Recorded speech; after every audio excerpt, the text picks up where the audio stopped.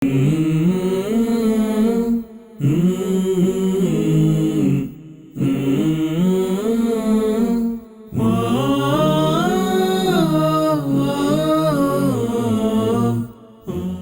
اللہ الرحمن الرحیم۔ ناظرین کرام، السلام علیکم ورحمۃ اللہ وبرکاتہ۔ آج ایک بہت اہم موضوع پہ بات کرنی ہے۔ یہ اگرچہ ایک علمی موضوع ہے،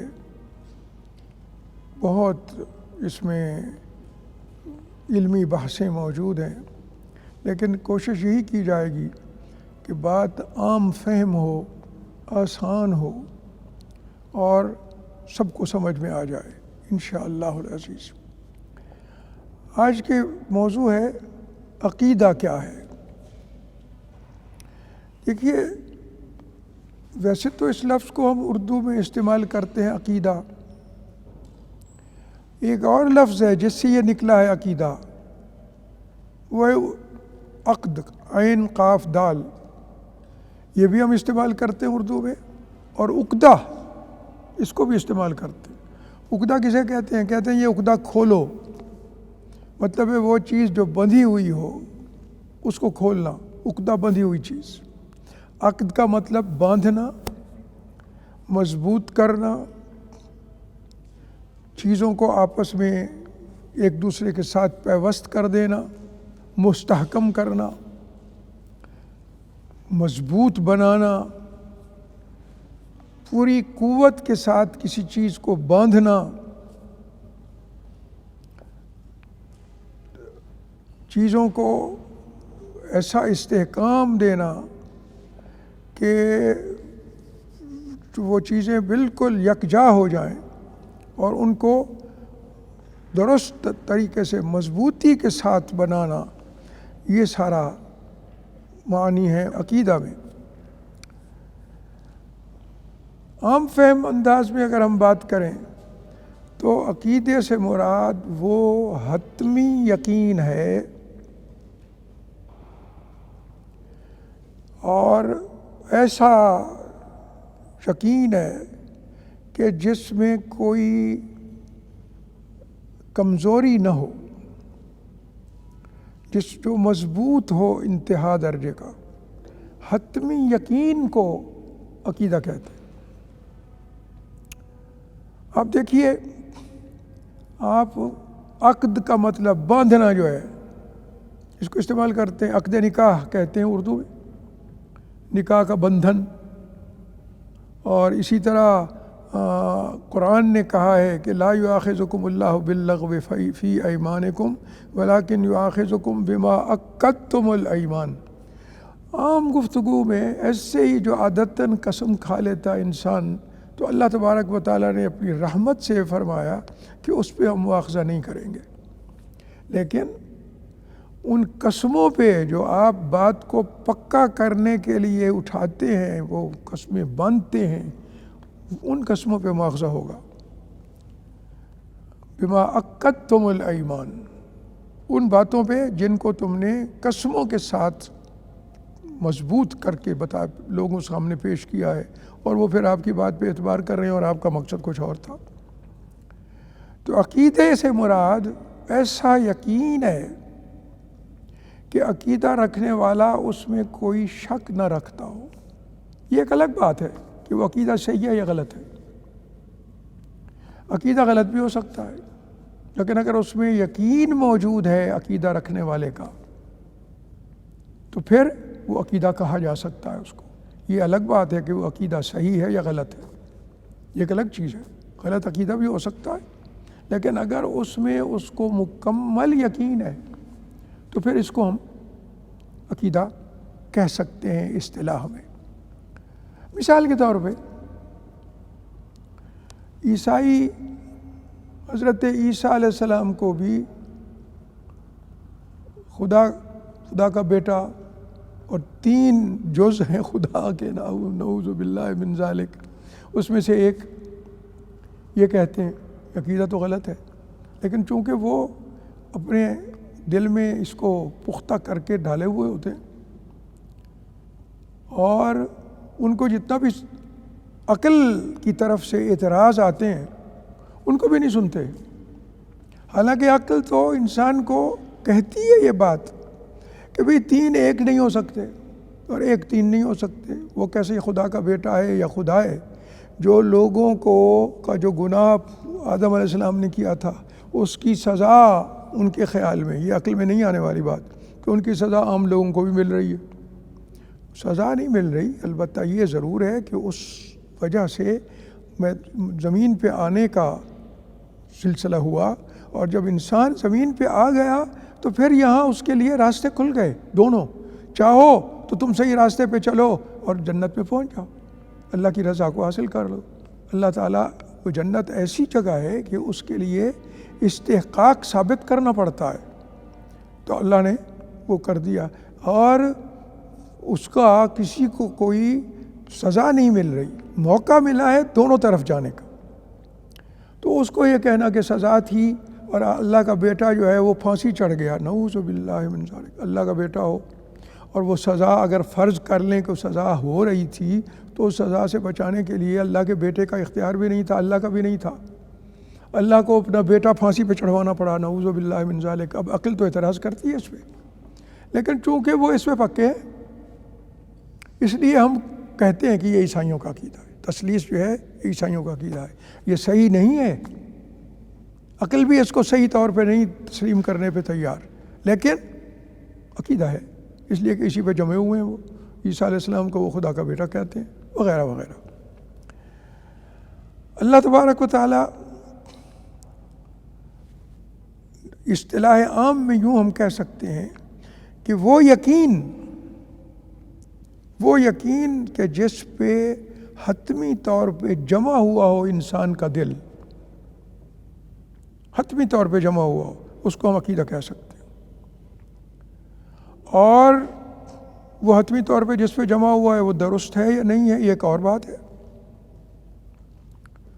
بس اس کا دل مطمئن ہے اس لیے وہ یہی کہہ سکتا ہے۔ لیکن اسلام میں عقیدہ اور چیز ہے، اسلام میں اللہ کی ربوبیت پر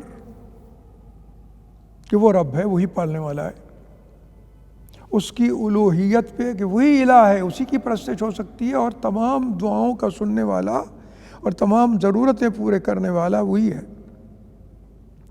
اور باقی جو اس کی صفات ہیں خاص کہ وہی رازق ہے، وہی آسانیاں دیتا ہے انسان کو، وہی اللہ تمام مشکلات کو حل کر سکتا ہے، وہی جنت اور دوزخ کا مالک ہے، جس کے بارے میں فیصلہ کر دے گا جنت میں جانے کا وہ جنت میں چلا جائے گا، جس کے بارے میں فیصلہ ہوگا دوزخ میں جانے کا اس کو کوئی روک نہیں سکتا، اس سے وہ دوزخ میں چلا جائے گا۔ یہ جو سارا یقین ہے ان تمام چیزوں پہ، یہ اسلام میں اس کو عقیدہ کہتے ہیں، اور اسلامی عقیدہ واقعی ایک زبردست عقیدہ ہے، اس معنی میں زبردست عقیدہ ہے کہ اس کے اندر کوئی داخلی تضاد نہیں ہے، جیسے عیسائیوں کی میں نے مثال دی ہے، ہندوؤں میں بھی آپ دیکھ لیں، وہ مانتے ہیں رام چندر جی کو کہ خدا تھے، نعوذ باللہ من ذالک، لیکن اپنی بیوی کے معاملے میں بے بس ہو گئے، کیا خدا ہوا بھائی؟ غلط ہے، لیکن وہ اسی پہ جمے ہوئے ہیں، اسی کے مطابق زندگی گزارتے ہیں، اسی کے مطابق ساری وہ اپنی پوجا پاٹ کرتے ہیں، تو اس لیے وہ عقیدہ تو ہے اگرچہ غلط ہے۔ اسلام کا عقیدہ اس کے مقابلے میں الحمدللہ کوئی داخلی تضاد نہیں ہے، اس میں اندرونی تضاد کوئی نہیں پایا جاتا، بلکہ حقیقت میں دیکھا جائے تو جو کچھ اس کائنات میں جہاں جہاں جو کچھ موجود ہے، اسلامی عقیدہ اس تمام کا کے ساتھ ایک توازن رکھتا ہے۔ کوئی چیز بھی کائنات میں واقعتاً جو موجود ہے، جس کو انسان اپنی عقل سے دیکھ کر سوچ سکتا ہے اور اپنے حواس سے دیکھتا ہے، اس کے ساتھ اسلامی عقیدے کا کوئی ٹکراؤ نہیں، کوئی ٹکراؤ بھی نہیں۔ سورج ہے، چاند ہے، اندھیرا ہے، روشنی ہے، انسان کے مزاج میں انسانی خواہشات ہیں، وہ شفقت چاہتا ہے، وہ مہربانی چاہتا ہے انسان، وہ چاہتا ہے کہ اس کا خیال رکھا جائے، وہ یہ چاہتا ہے کہ اس کو بہت زیادہ اس کی فلاح کا انتظام کیا جائے، وہ یہ چاہتا ہے کہ اس کو عزت ملے، وہ یہ چاہتا ہے کہ اس کو سہولتیں ملیں۔ اسلامی عقیدہ ان میں سے کسی چیز سے ٹکراتا نہیں۔ اللہ تبارک و تعالیٰ نے یہ ایسا ایک عقیدہ، ایسا یقین یہ دیا ہے مسلمان کو کہ وہ ان میں سے کسی چیز پہ نہیں ٹکراتا۔ اسلام خود بھی یہ چاہتا ہے کہ انسان کو سہولتیں ملنی چاہیے، حتیٰ کہ آپ دیکھیے عبادت ہے۔ کسی زمانے میں یہ حال تھا اہل کتاب میں بعض لوگوں کا کہ یہ طہارت ہے نا، طہارت، کوئی چیز پلید لگ جائے، غلط چیز انسان کے جسم پہ لگ جائے تو وہ یہ کہتے تھے کہ جی وہ کوئی عضو جس پہ پلید چیز لگ جائے وہ پاک ہو ہی نہیں سکتا، اس کو کاٹ دو، نعوذ باللہ من ذالک۔ یہ کتنا غیر منطقی بات ہے، جبکہ اسلام نے کتنا خوبصورت ایک اصول دیا، اور رسول اللہ صلی اللہ علیہ وسلم نے فرمایا کہ الماء طہور لا ینجسہ شیء، پاکیزگی حاصل کرنے کے لیے اللہ نے پانی عطا کیا ہے، پانی کو کوئی چیز پلید نہیں کر سکتی، یہ بلکہ پلید چیزوں کو نکال کے پھینک دیتا ہے، دور کر دیتا ہے، اور پانی کے ذریعے سے آپ جب پاک کرتے ہیں تو کوئی اثر باقی نہیں رہتا اس پلیدی کا، اور پانی جو ہے وہ اس کے بعد اوپر سے جو آپ پھینک رہے ہوتے ہیں وہ بالکل پاک صاف ہوتا ہے۔ اور پھر سائنس نے آ کے کس کی تصدیق کی؟ ان کے عقیدے کی کہ جناب پلیدی جو ہے وہ اعضاء سے دور نہیں ہو سکتی، ان کے عقیدے کی تصدیق کرتی ہے سائنس؟ نہیں، سائنس کہتی ہے کہ یہ تو ویسے ہی ظالمانہ بات ہے کہ اس کے لیے عضو کو کاٹ دیا جائے، نعوذ باللہ من ذالک، اور سائنس کہتی ہے کہ نہیں۔ قرآن نے جب بتایا کہ بھی پانی سے، اور اللہ کے رسول صلی اللہ علیہ وسلم نے کہا کہ پانی سے صاف ہو جاتا ہے، تو سائنس نے تصدیق کی کہ بالکل صاف ہو جاتا، کوئی پلیدی کا اثر باقی نہیں رہتا۔ جتنی مرضی آئے سائنسدان وہاں سے سیمپل لے لیں اور اس کے جتنی بھی جا کے جس بھی اپنی لیبارٹری میں اس کا ٹیسٹ کریں، اس میں اس پلیدی کے اثرات میں سے کچھ باقی نہیں ہوتا جب اچھی طرح سے مل کے صاف کر دیا جاتا۔ اللہ کے رسول صلی اللہ علیہ وسلم نے جیسے بتایا کہ 3 دفعہ دھو تاکہ مکمل طور پہ صفائی ہو جائے۔ اب اس سے کوئی اس کا اور اسلامی عقیدے کا کوئی آپس میں تضاد نہیں ہے، کوئی پرابلم نہیں ہے، اسلامی عقیدے پہ کوئی سوال نہیں اٹھتا۔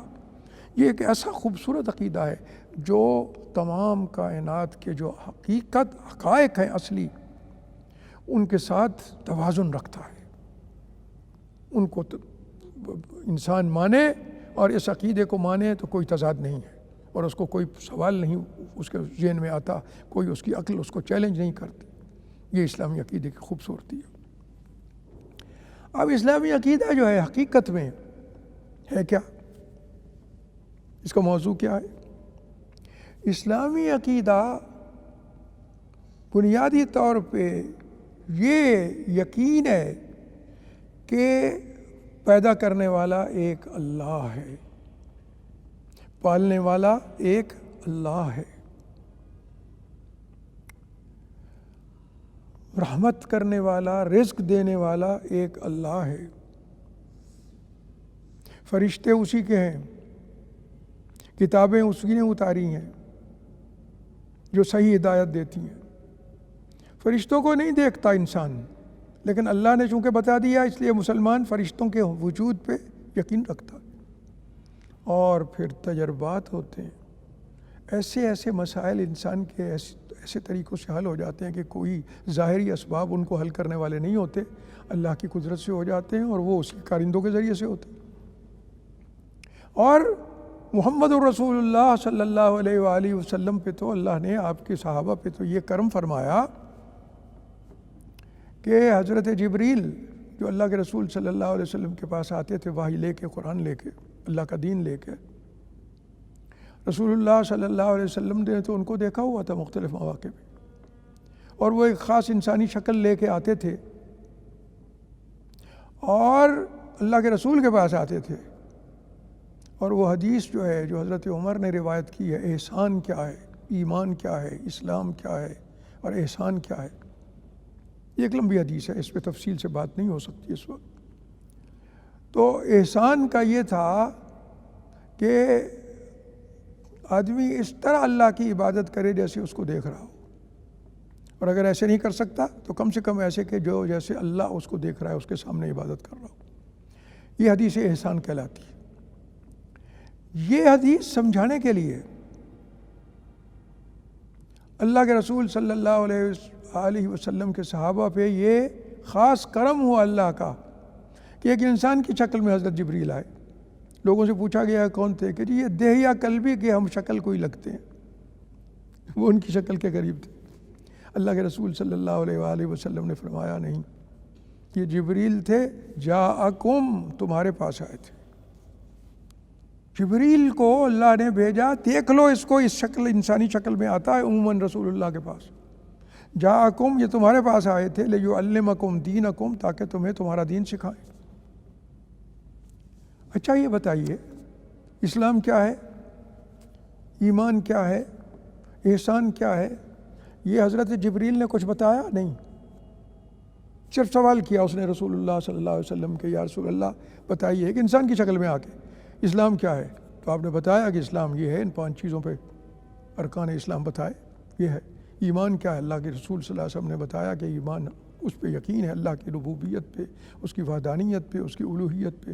احسان کیا ہے؟ میں نے ابھی بتایا، یہ احسان یہ ہے کہ عبادت اس طرح کرے آدمی اللہ کی جیسے وہ دیکھ رہا ہے اللہ کو، یا کم سے کم یہ کہ وہ اللہ کے سامنے کر رہا ہے، اللہ اسے دیکھ رہا ہے۔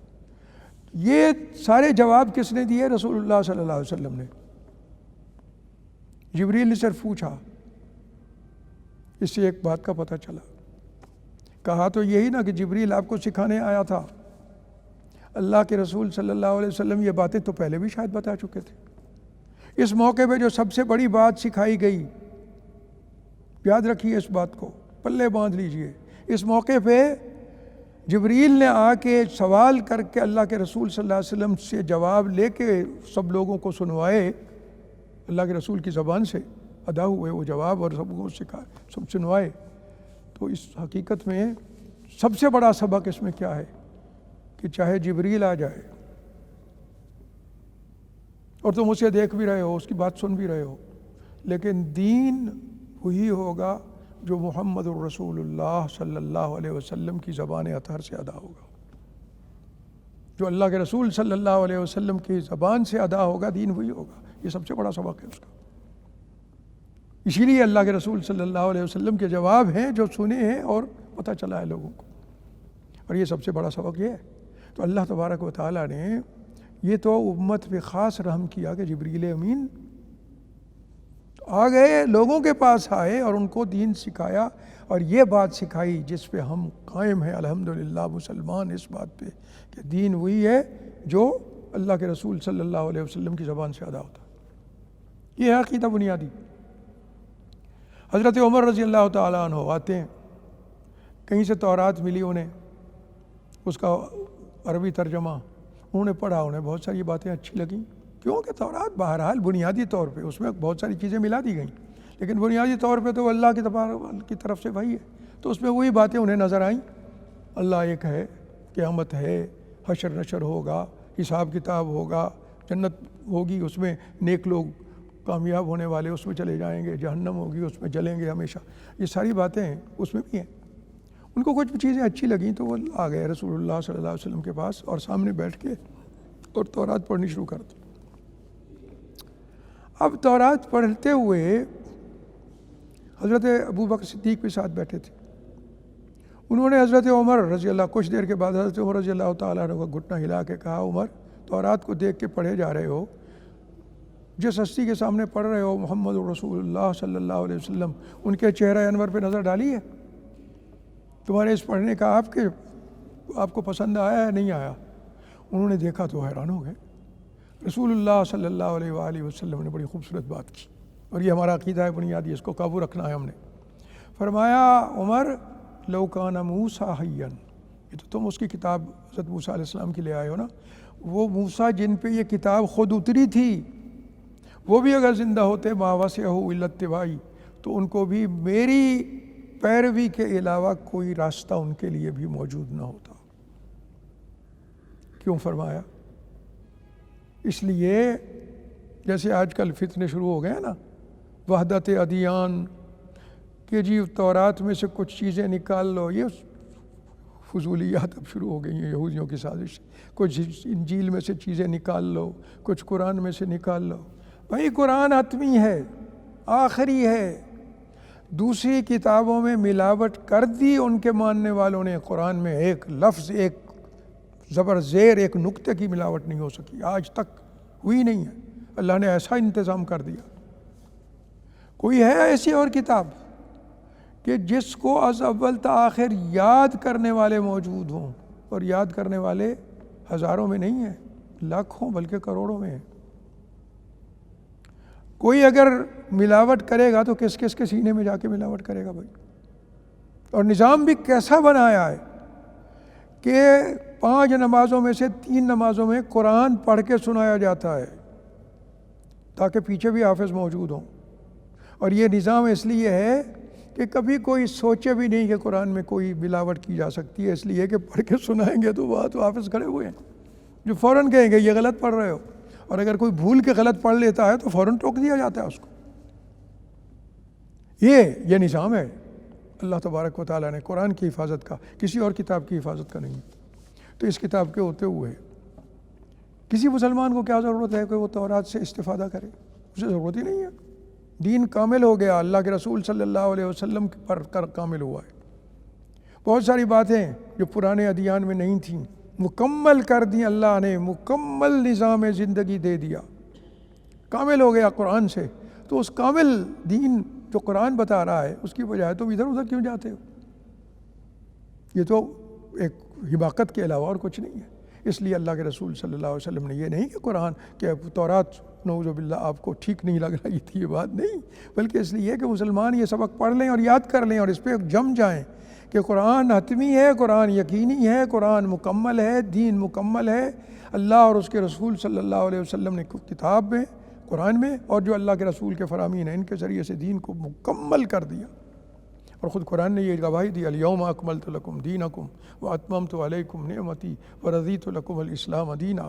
یہ اللہ کے رسول صلی اللہ علیہ وسلم پہ نازل ہوئی کہ آج تمہارے لیے ہم نے اپنے دین کو مکمل کر دیا۔ جو مکمل دین ہے تو پھر اس کے بعد ادھر ادھر دیکھنے کی ضرورت کیا؟ یہ قرآن میں خوبصورتی ہے، اور اسی لیے رسول اللہ صلی اللہ علیہ وسلم نے، تو ہمارا عقیدہ یہی ہے، یہ عقیدہ، یہ یقین کہ قرآن اللہ کی کتاب ہے اور جو کچھ اس میں لکھا ہوا ہے وہ حتمی ہے اور مکمل ہے۔ یہی ہے، یہ عقیدہ ہے، یہ اسلام کا عقیدہ ہے۔ تو آپ اگر دیکھیں، غور کر کے دیکھیں تو عقیدہ جو اسلام کا ہے یہ عظیم الشان عقیدہ ہے۔ کیوں؟ سب سے پہلے جیسے میں نے کہا اس کا موضوع اللہ کی ذات کی معرفت ہے۔ پہلے تو اللہ کو پہچانو، اللہ تبارک و تعالیٰ اور اس کی صفات اور اس کا جلال اور اس کی قدرت اور جو اس نے دین دیا ہے، اس کو دیکھتا جائے آدمی تو حیرت، یہ بہت عظیم الشان موضوع ہے، اور اسی پہ دنیا اور آخرت کی کامیابی ہے۔ دیکھیے اس دنیا میں کوئی ایسی کامیابی کی مثال کسی تاریخ، کسی قوم کی تاریخ میں موجود ہے جو محمد رسول اللہ صلی اللہ علیہ وسلم کو ملی ہے؟ 13 سال تو گزر گئے محنت کرتے کرتے اور کافروں کو جواب دیتے دیتے کہ ان کو ون کیا جائے، اور تھوڑے سے مٹھی بھر لوگ مسلمان ہو گئے۔ اس کے بعد سارے 10 سال تھے۔ ان 10 سالوں میں محمد رسول اللہ صلی اللہ علیہ وسلم نے آپ کے ذریعے سے نہ صرف یہ کہ باقی ادیان اور پھر آپ کے جو جانشین آئے خلفاء راشدین ان کے ذریعے سے کہ جو باقی ادیان تھے، بڑی بڑی سپر پاورز تھیں۔ ایک مجوسیوں کا دین تھا اور اس کی ایران سپر پاور تھی اس زمانے کی، ان کے مقابلے میں صرف روم تھا، وہ دوسری سپر پاور تھی، اور ان کا مذہب عیسائی تھا۔ یہ سپر پاورز ایک مجوسیت پہ ہے اور ایک عیسائیت پہ ہے۔ محمد رسول اللہ صلی اللہ علیہ وسلم کے پاس جو لوگ ہیں مٹھی بھر، اور وہ بہت زیادہ اس وقت تھے جب حج اکبر پہ تشریف لائے تھے آپ، تو 1 لاکھ کے قریب، وہ تو بہت زیادہ تھے، اس سے ان کی تو فوجیں اس سے زیادہ تھیں۔ دیکھیے یہ ایک ایسا خوبصورت عقیدہ ہے کہ جو کائنات کی جو حقائق ہیں ان میں سے کسی کے ساتھ اس کا کوئی تضاد نہیں ہے، جبکہ دوسرے عقائد میں یہ بات موجود ہے۔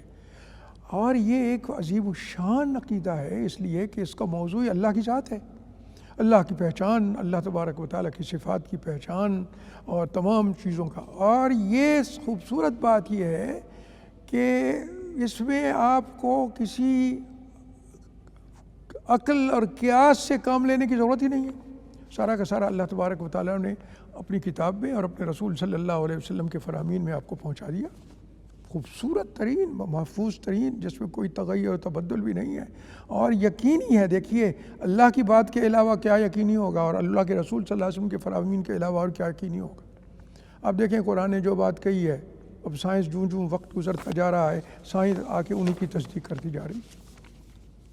سائنس کا اب کام ہی ہے کہ قرآن نے جو کہا ہے اسی کی تصدیق کر دو۔ اللہ نے کہا کہ سورج جو ہے وہ اپنے مدار کے گرد گھومتا ہے، پہلے یہ نہیں تھا، اب سائنس کہتی ہے جی ہاں اپنا اس کا ایک مدار ہے، اس پہ گھومتا ہے۔ وہی بات جو اللہ نے کہی تھی، اللہ کے رسول صلی اللہ علیہ وسلم نے جو کہہ دیا اسی کی تصدیق ہوتی جا رہی ہے۔ رسول اللہ صلی اللہ علیہ وسلم نے جو باتیں سائنس آ کے اسی کی تصدیق کرتی جا رہی۔ رسول اللہ صلی اللہ علیہ وآلہ وسلم نے جن چیزوں کے بارے میں، پاکیزگی کے بارے میں کہا کہ یہ بہت ضروری ہے انسان کے لیے، اب سائنس آ کے کہتی ہے جی واقعی طہارت نہیں ہے تو انسان کی صحت بھی نہیں ہے۔ صرف ایک بات نہیں ہے، سارا دین اسی طرح ہے۔ تو اللہ کے رسول صلی اللہ علیہ وسلم نے جو کچھ پہنچا دیا ہے کتاب اور سنت سے، یہ اس پہ مبنی ہے، اس لیے یہ ایک پختہ عقیدہ ہے۔